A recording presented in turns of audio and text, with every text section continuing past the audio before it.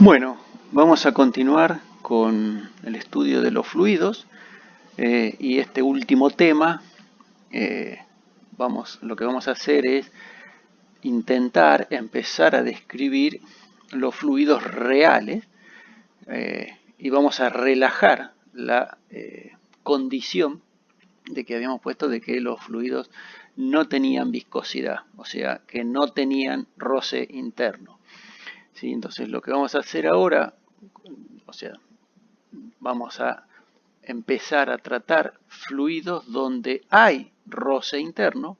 Ese roce interno se llama viscosidad y entonces como que las moléculas del fluido se pueden enganchar unas con otras y ya no van a tener tanta fluidez como podría tener no sé, un fluido ideal que habíamos dicho que podía vincularse con el agua o la acetona. Estaríamos pensando ahora en un fluido más tipo aceite o miel o dulce de leche o lo que fuera, como para hacernos a la idea de qué estamos hablando cuando estamos pensando en que ahora el fluido tiene viscosidad.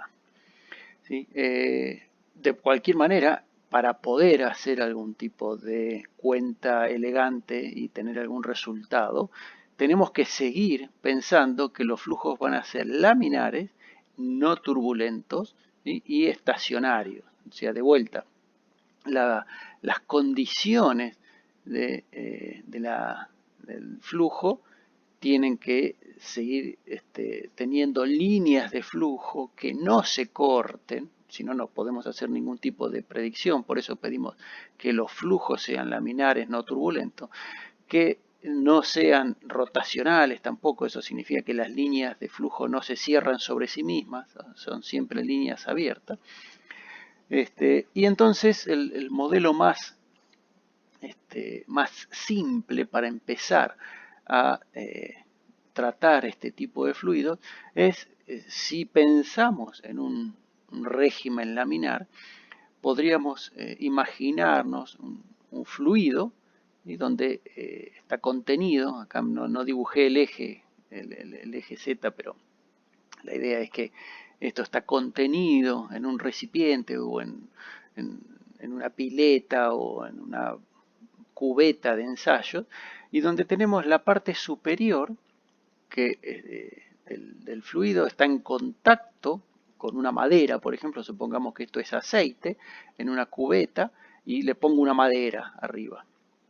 Y entonces si empiezo a mover la madera con una velocidad constante, lo que va a pasar, lo que voy a suponer, es que la primer capa de fluido que está en contacto con la madera se mueve a la misma velocidad que la madera.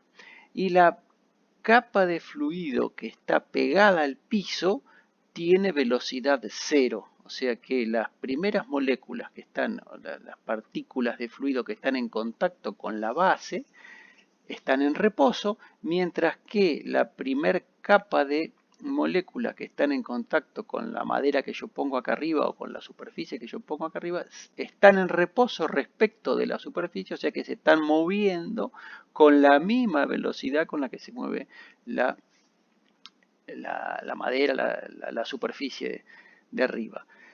¿Sí? Y entonces, una forma simple es pensar que la capa que sigue se mueve con una velocidad un poco menor, la que sigue se mueve con una velocidad menor aún, y así vamos teniendo una variación lineal de la velocidad con el espesor.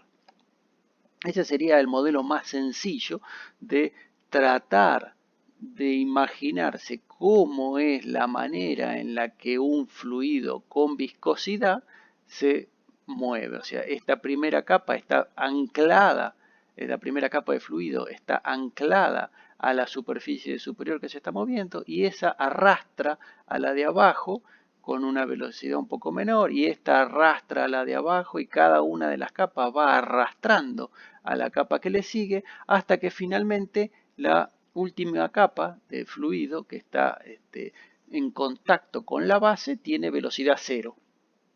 Entonces, esa sería una forma de pensar, ¿sí? Cómo se está moviendo, y matemáticamente lo que podemos decir es que la velocidad, que es un vector, por eso tiene esta flechita, está en la dirección X, pero varía con la profundidad.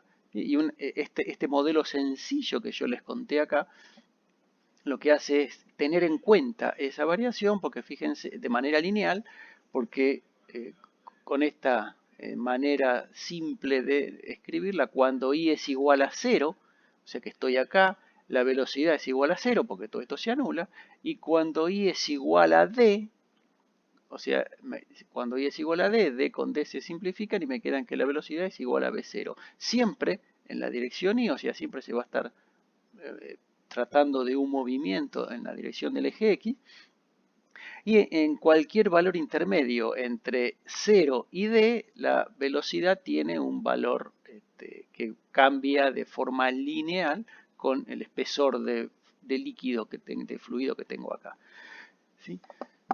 Y lo que se verifica experimentalmente es que como ahora hay un roce entre entre las distintas capas de fluido, hay un esfuerzo, ¿sí?, que yo tengo que hacer para poder desplazar esta, eh, esta parte superior del fluido respecto de las demás, y ese esfuerzo ya no es como era en el caso de la elasticidad, proporcional a una deformación, sino que ahora ese esfuerzo es proporcional a un cambio en esa velocidad, ¿sí?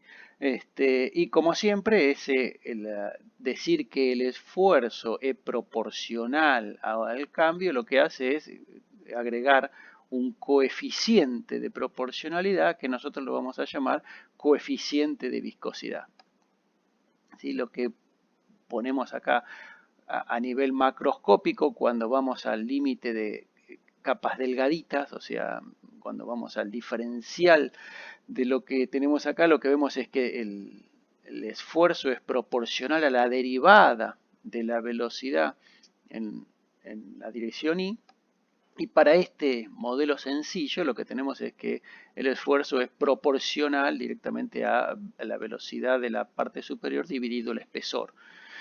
Y fíjense que aparece un signo menos, ¿sí?, porque por lo general este cambio, o sea, por lo general no, siempre este cambio de la velocidad con el espesor, o esta derivada de la velocidad con el espesor, es negativo porque tiende siempre a disminuir la velocidad con respecto a la capa adyacente, culpa del roce justamente, ¿no? Yo tengo que hacer un esfuerzo para mantener la velocidad, y la velocidad va a ir disminuyendo a medida que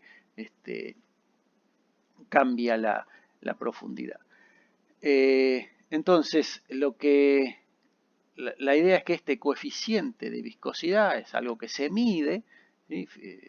Las unidades van a ser en Newton por segundo sobre metro cuadrado, y esta unidad recibe el nombre de Poise, que es el apellido de un francés que estuvo vinculado con el estudio de los fluidos viscosos. Y como para que tengan una idea, fíjense que, por ejemplo, el agua tiene una viscosidad del orden de 10 a la menos 2 Poise. El aire es 2 órdenes de magnitud más pequeño, es 1,2 por 10 a la menos 4 Poise. Y el dulce de leche, como para que tengan una idea, estamos hablando de entre 2 y 5 dependiendo de la marca y del tipo de dulce de leche, si es repostero, si es tradicional o lo que fuere, pero fíjense que entre el agua y el dulce de leche hay dos órdenes de magnitud, y entre el aire y el agua también hay 2 órdenes de magnitud en cuanto a este coeficiente de viscosidad.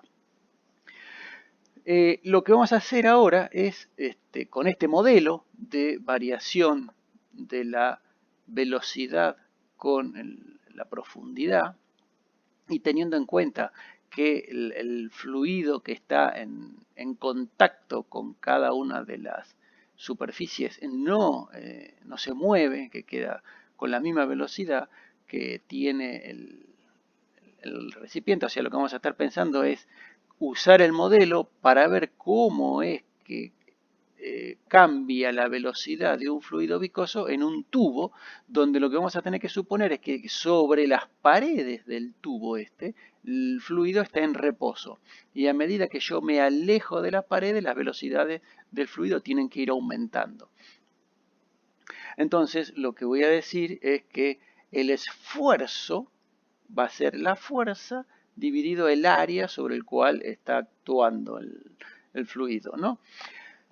A ver, entonces, vamos a aclarar un poco este tema. Este esfuerzo yo lo voy a vincular con el coeficiente de viscosidad, siempre con el signo menos, y el cambio de la velocidad con el radio, ¿no? Pero entonces la idea es ver cómo es que yo defino este esfuerzo. El esfuerzo lo definimos siempre como la fuerza aplicada dividido el área sobre el cual está rozando o sobre el cual está aplicada. En este caso, el esfuerzo hubiese sido la fuerza que yo estoy aplicando sobre esta tabla dividido el área de esta tabla que tengo acá. En el caso de este líquido o de este fluido que estoy forzando a trasladarse por adentro de un tubo, este esfuerzo lo voy a pensar como la fuerza neta sobre un cilindro que está circulando adentro del fluido, ¿sí? Dividido el área sobre la cual está aplicada, sobre la cual está rozando, que serían las paredes de este cilindro. Es como si yo estuviese pensando en este cilindro desplazándose adentro de todo este líquido, ¿sí? Entonces, lo que voy a tener es una presión 1 de un lado, una presión 2 del otro, donde efectivamente esta tendrá que ser más grande que esta para que aparezca una fuerza neta sobre este cilindro, ¿sí?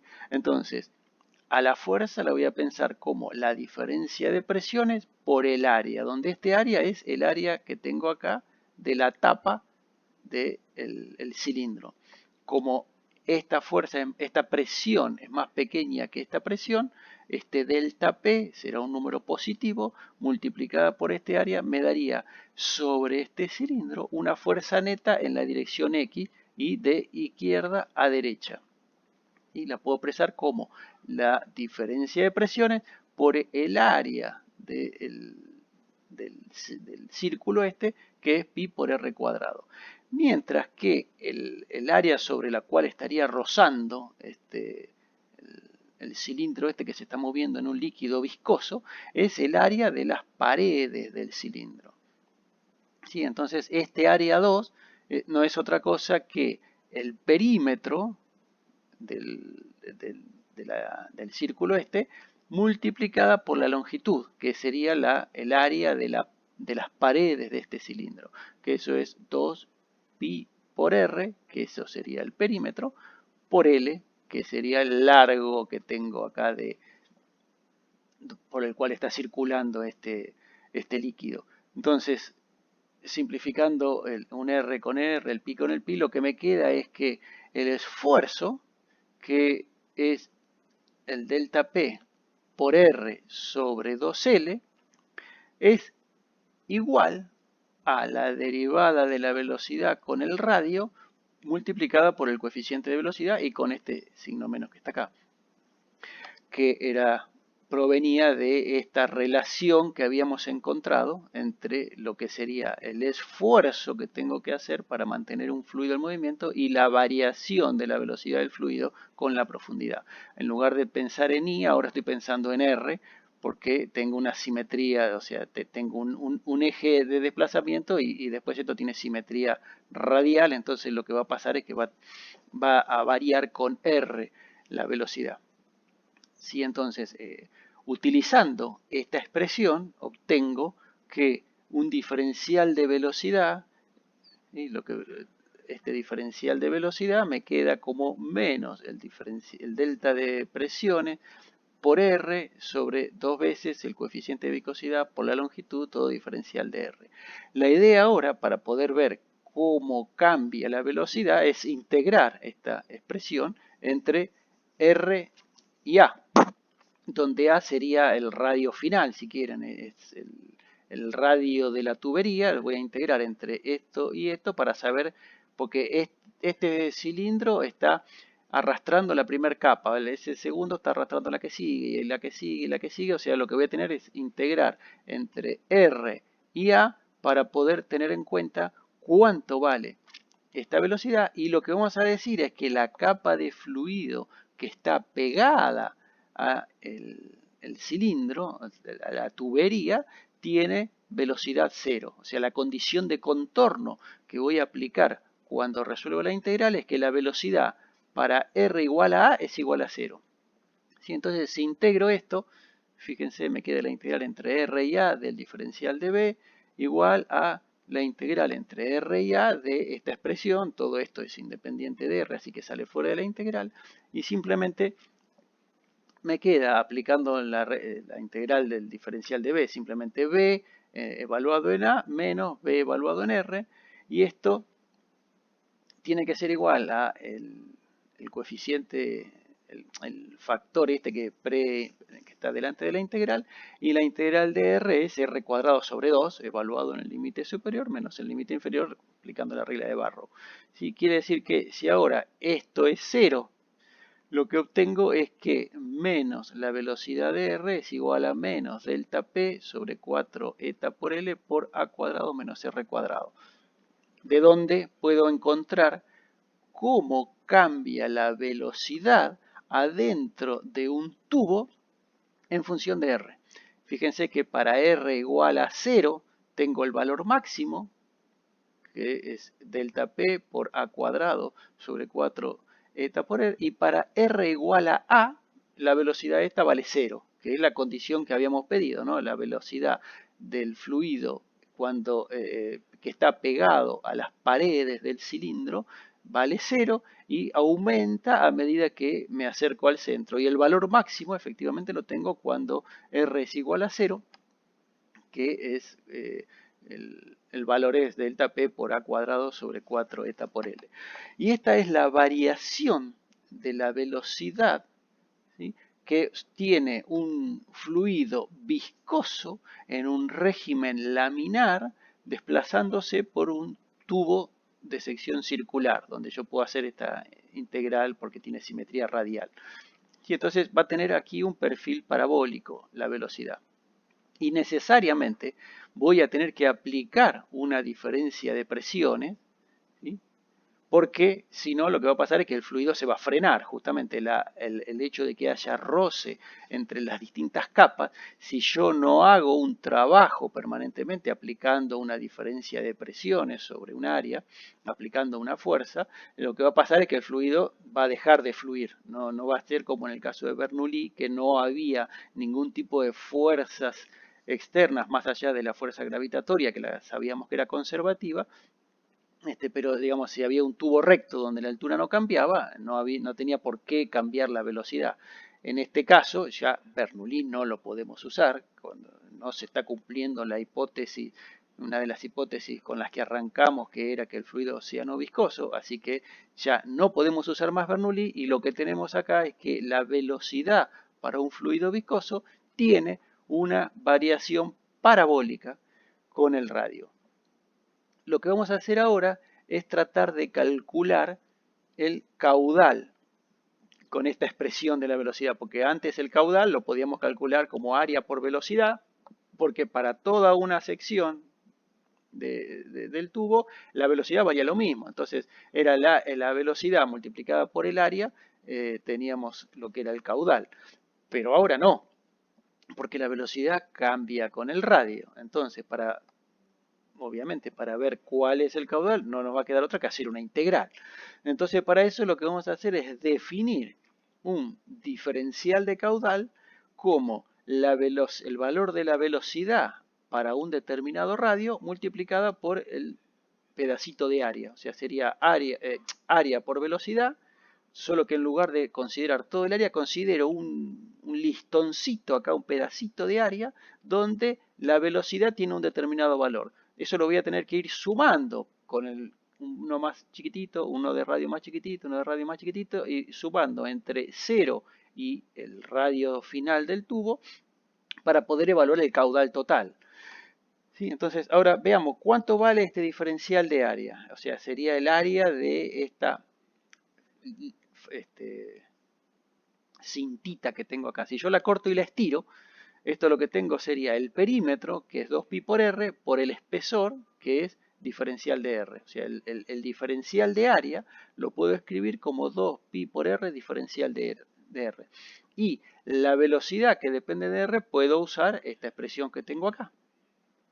Entonces, si escribo el diferencial de caudal utilizando la definición que tenía para la velocidad dependiendo de r multiplicada por el diferencial de área, se me simplifica el 2 con el 4, ¿sí? Y entonces me queda que el diferencial de caudal es el delta P sobre 2 eta por L por A cuadrado menos R cuadrado por pi por R diferencial de R, ¿sí? Entonces, para encontrar el caudal total, lo que tengo que hacer es la integral entre 0 y A, donde de vuelta A es el radio de la tubería.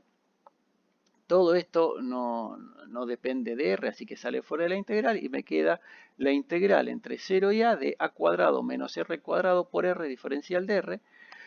¿Sí? Y bueno, la integral de una resta es la resta de las integrales. ¿Sí? Si ahora me fijo cómo resuelvo esto, si aplico propiedad distributiva, esto me queda a cuadrado por r diferencial de r, sería este por este, la integral, menos la integral de, cuando hago propiedad distributiva entre este y este, sería r al cubo diferencial de r.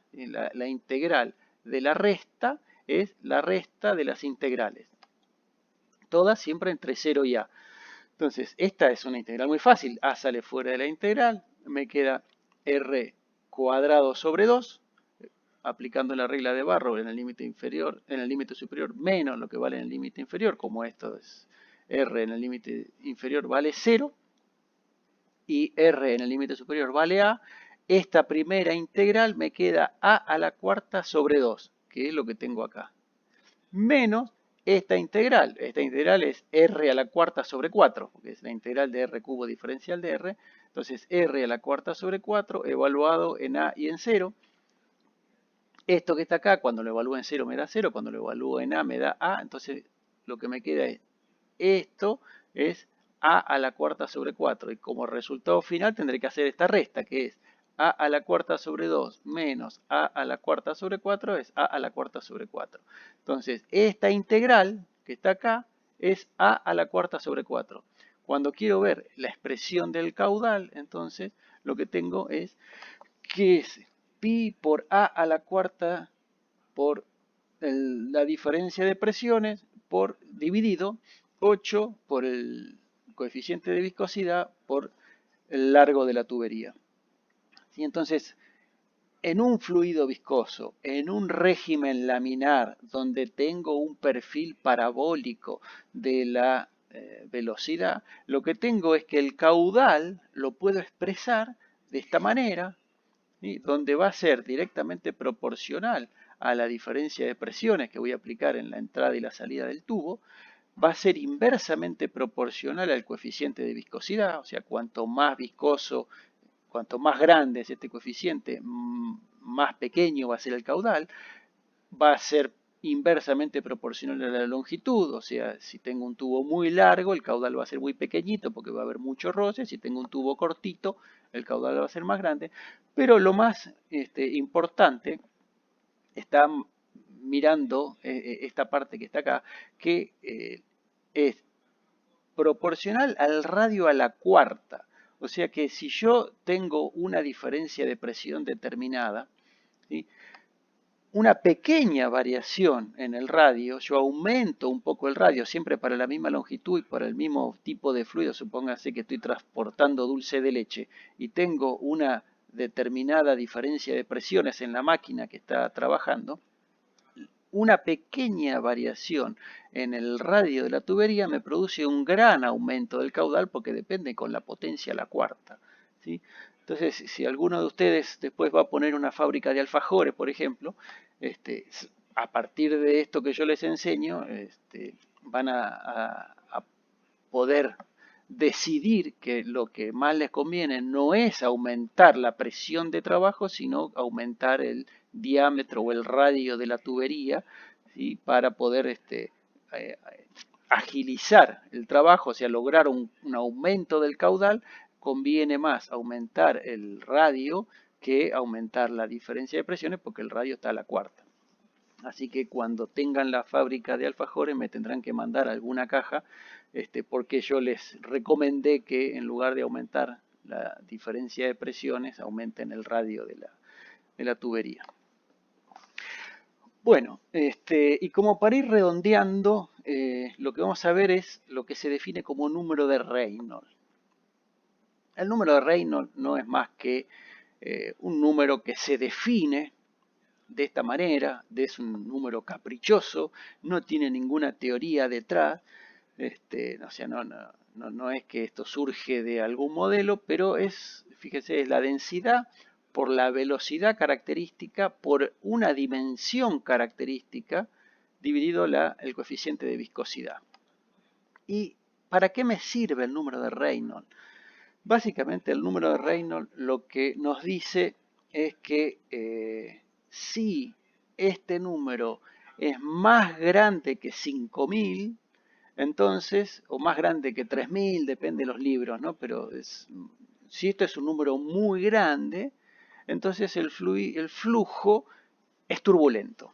Es un flujo que no se puede pensar como un flujo laminar. Mientras que si este número de Reynolds es más chico que 2000, entonces ese flujo sería un flujo laminar. Entonces, a la hora de analizar un problema, a los ingenieros o a los diseñadores o a quien fuera, este número dice, bueno, yo voy a tratar con dulce de leche, con lo cual ya tengo la viscosidad, la densidad del dulce de leche la conozco, la velocidad con la que voy a trabajar dentro de mi planta la conozco, o digo voy a trabajar con tal velocidad y las cañerías tienen tal dimensión. Esta es una dimensión lineal de la cañería. Hago esta cuenta y me da 7. Entonces digo, bueno, entonces estoy en un régimen laminar porque este número de Reynolds me dio menor que 2000. Entonces puedo aplicar todo esto que aprendí. Mientras que podría suceder que estoy trabajando con acetona y tengo la densidad de la acetona, tengo la viscosidad de la acetona, tengo los diámetros de los tubos por el cual está circulando la acetona y me da que el número de Reynolds me da 7800. Entonces digo, no voy a poder aplicar ni Bernoulli ni nada de lo que estoy de lo que aprendí acá en Física 2, porque estoy claramente dentro de un régimen turbulento y nada, no puedo predecir nada. Entonces, es simplemente un indicador. ¿Sí? Fíjense que yo le dije mayor que 3000 o mayor que 5000, dependiendo de los libros, o menor que 2000. Lo importante es que sea menor que 2000, para que ustedes puedan decir voy a usar lo que está acá en física general. Ya si les da mayor que 3000 o mayor que 5000, o sea, si hay un número muy grande, el régimen es turbulento y ya no se puede aplicar nada, porque no hay modelos de física para regímenes turbulentos. Entonces, uno lo que tendrá que hacer es, bueno, voy a cambiar las dimensiones de la tubería o voy a cambiar la velocidad con la que trabajo para estar en las condiciones de un número de Reynolds menor que 2000 y poder asegurar que estoy en un régimen laminar o un régimen donde las líneas de flujo no se cortan.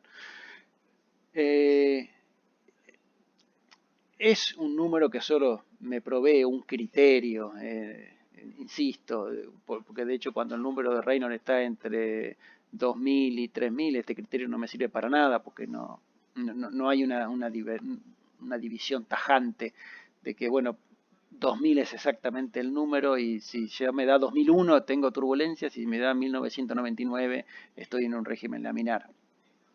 No, es un criterio que se usa y que a lo mejor en algunas aplicaciones lo primero que uno hace es, bueno, voy a diseñar algo cuál sería la velocidad límite que yo tendría que poner a mi producto para estar en un régimen laminar, o cuál sería el diámetro mínimo que yo tendría que utilizar para que este número me dé menor que 2000, sabiendo que voy a estar trabajando con algo que tiene densidad delta y viscosidad eta.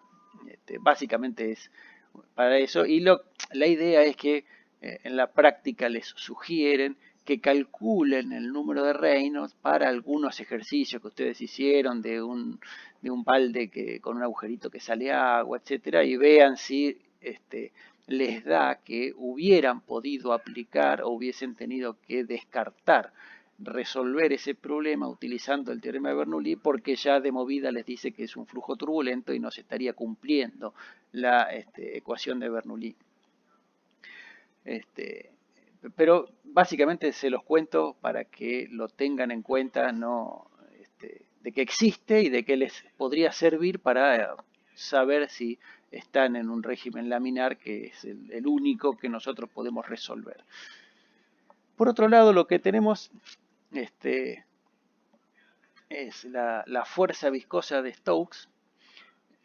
Así como la viscosidad hace que el caudal tenga esta dependencia con la diferencia de presiones y la viscosidad, lo que hace la fuerza viscosa de Stokes es una fuerza que depende de la velocidad para objetos que se mueven en un fluido. No vamos a hacer una deducción de cómo es que surge la fuerza viscosa, pero lo que sí tenemos es que esta es la forma funcional de la fuerza viscosa de Stokes para una esfera.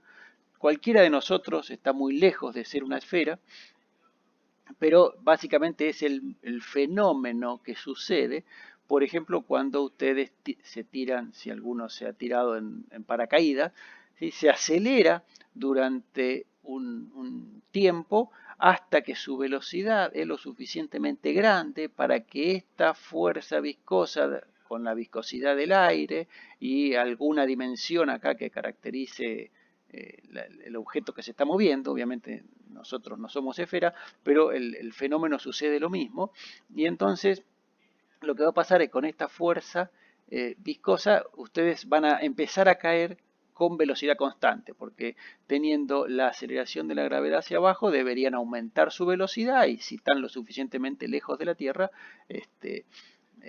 esa velocidad podría llegar a alcanzar valores muy grandes. Ahora, en cuanto entran a la atmósfera y comienza a haber una viscosidad del aire actuando, bueno, esta fuerza de Stokes comienza a tener un valor grande y compensa la fuerza gravitatoria, y en algún momento la suma de las dos se hace cero y la caída es a velocidad constante. Sucede lo mismo si con una esfera cayendo en agua o en aceite o en glicerina o en lo que fuera, ustedes tiran una bolita, que esa sí es de forma esférica, y la tiran en agua y la bolita se acelera durante un tiempo y luego comienza a caer con velocidad constante, porque la fuerza viscosa para esa velocidad, ¿sí? Compensa de manera exacta a la fuerza de gravedad que está apuntando hacia abajo. Y recuerden que si están pensando en un objeto moviéndose en un fluido, si el fluido es líquido, si es aire también, pero es menos importante, pero si es un líquido también tendrán el empuje. Entonces, lo que va a pasar cuando ustedes tiran una esfera en un fluido y que se empieza a hundir, pensemos primero una esfera de acero en aceite. Entonces se empieza a hundir, se empieza a acelerar hasta que esta velocidad compensa exactamente a la resultante entre el empuje y la gravedad, y entonces lo que tengo es que la sumatoria de las tres fuerzas se hace cero. O sea, el empuje, que va a estar para arriba, menos el peso, que va a estar para abajo, y más la fuerza viscosa de Stokes, que va a tener la misma dirección que el empuje, las tres se sumarían a cero, y entonces la esfera dentro de aceite comenzaría a caer con una velocidad constante. Esa velocidad constante con la que cae es lo que se llama la velocidad límite. O sea, no podría ir más rápido porque no habría, no habría una fuerza la pudiera acelerar para que vaya más rápido, a menos que tuviera un motor la esfera, pero estamos pensando simplemente en una esfera que está cayendo en un líquido. Es el mismo efecto que sucedería si yo, en lugar de tener una esfera, una esfera de acero que la suelto en aceite, agarro una esfera de tergopol y la pongo en el agua y la hundo. Cuando la suelto, la esfera de tergopol, como el empuje es más grande que su peso, va a estar acelerada hacia arriba, y entonces lo que va a pasar es que la esferita va a estar sometida a una fuerza que es el empuje hacia arriba, el peso hacia abajo y la fuerza viscosa de Stokes hacia abajo, ¿sí? Porque se opone a la velocidad. Acá falta un signo menos. La fuerza viscosa se opone, el módulo es esto que está acá, la dirección, el sentido es siempre opuesto al de la velocidad. Y entonces lo que va a pasar es que la esferita de Tergopol va a comenzar a flotar, se va a acelerar durante un momento hasta que alcanza también la velocidad límite.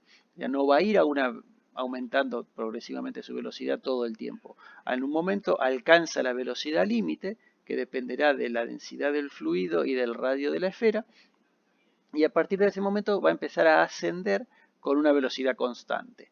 Y lo mismo si estoy pensando en cualquier otro objeto, un corcho, o en lugar de tirar una esfera, estoy tirando un cascote irregular. No será esta la expresión, pero la fuerza viscosa siempre va a ser, dependiendo del módulo de la velocidad, y va a ser opuesta a al sentido de la velocidad. O sea, si el objeto se mueve hacia allá, la fuerza de Stokes va a estar opuesta a la velocidad. Y ustedes la experimentaron seguramente en una pileta. Ustedes están parados con el agua al cuello y verán el empuje, su propio peso y sentirán esas fuerzas, pero hasta que no se comienzan a mover dentro del agua de la pileta, no van a sentir la fuerza de Stokes, porque la fuerza de Stokes solo aparece cuando hay un movimiento relativo entre el objeto y el fluido. Lo mismo si alguno anda en bicicleta, la fuerza de Stokes la siente cuando tiene que pedalear viento en contra, entonces, o viento a favor. Cuanto aparece una velocidad relativa entre ustedes y el aire, entonces que aparece esta fuerza de Stokes que tiende a frenarlos. Si están parados en el semáforo, la fuerza de Stokes, en principio, un día que no hay mucho viento, ustedes no la sienten. La empiezan a sentir a medida que comienzan a acelerar y hay una velocidad relativa entre ustedes y el medio. Insisto, esta es la expresión del módulo de la fuerza de Stokes. Recuerden que siempre se opone a la velocidad y vale solo para una esfera. Para cualquier otro objeto, este coeficiente que está acá ya no es tan simple. Y bueno, finalmente lo que queda como para que se lleven una idea de lo que habla cuando ustedes hablan de la potencia de una bomba que mueve agua. Si nos remitimos a la definición de potencia, sería el incremento del trabajo en un determinado tiempo, o sea, la capacidad de hacer trabajo del sistema por unidad de tiempo. Eso es lo que sería la definición de potencia. ¿Sí? En el caso de que estamos moviendo un líquido, entonces nosotros estaríamos pensando que el trabajo como una fuerza por un desplazamiento, ¿sí? De vuelta, como estamos pensando una fuerza de presión que es perpendicular a la superficie, entonces en el trabajo este producto escalar tendrá un signo, un coseno de cero, porque estamos empujando el agua, entonces la fuerza y el desplazamiento van en la misma dirección. Y entonces, si esta fuerza la pienso como la fuerza debido a la presión, la puedo pensar como delta P por el área, y el delta X sobre delta T lo puedo pensar como la velocidad, y si asocio el área por la velocidad con el caudal, entonces lo que puedo decir es que la potencia de una bomba está vinculada con la diferencia de presión y el caudal que saca. O sea, para una bomba de una determinada potencia que es fija, dependerá del motor que la esté impulsando, voy a poder sacar un determinado caudal dependiendo de la diferencia de presión. Y esta diferencia de presión me lo está dando la diferencia de altura. ¿Sí? Si yo quiero subir agua 1 metro, tendré una determinada diferencia de presión y para una potencia fija voy a poder sacar un caudal. Si en lugar de la altura de subir agua 1 metro tengo que subir agua 10 metros, entonces esta delta P es mucho más grande y entonces este caudal tendrá que ser mucho más chico para que el producto de la diferencia de presiones por el caudal me dé la potencia que es fija. La potencia de la bomba viene dada por el motor que la impulsa. Esto para un fluido no viscoso. Para un fluido viscoso, acá tendríamos que poner, si quieren, la expresión del caudal. Si bien la manera en que la sacamos era para un fluido no viscoso, porque pudimos pensar en el caudal como área por velocidad, y nosotros sabemos que en un fluido viscoso la velocidad dentro del tubo tiene un perfil parabólico, etcétera. Podemos abusar de la definición de potencia como la diferencia de presión por el caudal, y para un fluido viscoso, entonces en el caudal podemos poner esta expresión que tenemos acá, ¿sí? Y entonces la potencia dependerá de la diferencia de presiones al cuadrado, ¿sí? Porque acá me aparece una diferencia, tendría que multiplicar esto por delta P, y entonces me aparece una diferencia de presión al cuadrado, la viscosidad, etcétera. O sea, la idea es que puedo utilizarla abusando un poco de la manera en la que la encontramos, para poder ver qué características debería tener una bomba para poder transportar un líquido viscoso a lo largo de una cierta longitud de tubo con una viscosidad determinada y con un radio determinado. Creo que se los cuento porque me parece que en la práctica tienen uno o dos ejercicios donde les pide qué potencia debería tener una bomba para llevar petróleo durante tantas un oleoducto, un petroducto de tal dimensión, les da la viscosidad del petróleo, la longitud de la tubería, el radio, y les pide entonces qué potencia tendría que tener la bomba para poder tener un caudal determinado.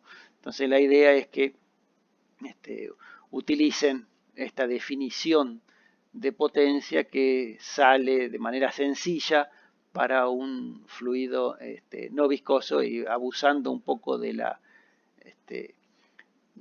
definición, lo usaríamos también para un fluido viscoso, reemplazando el caudal por lo que tenemos acá. Bueno, y con esto estaríamos terminando con todo lo que es fluidos. Con lo que yo les conté en estas clases, estarían ustedes en condiciones de poder hacer todos los problemas de la práctica, y recordando siempre antes de hacer un problema, verificar que se cumplen las condiciones para poder aplicar la ecuación que estemos utilizando, ¿no? Y que en todo momento siempre hablamos de fluidos laminares, fluidos no turbulentos y fluidos que no están rotando. O sea, no estamos pudiendo analizar vórtices o remolinos, como se llaman, y nunca vamos a poder hacer ningún tipo de análisis con un fluido turbulento. Bueno, por ahora esto es todo. Seguimos la clase que viene con termodinámica. Hasta la próxima entonces.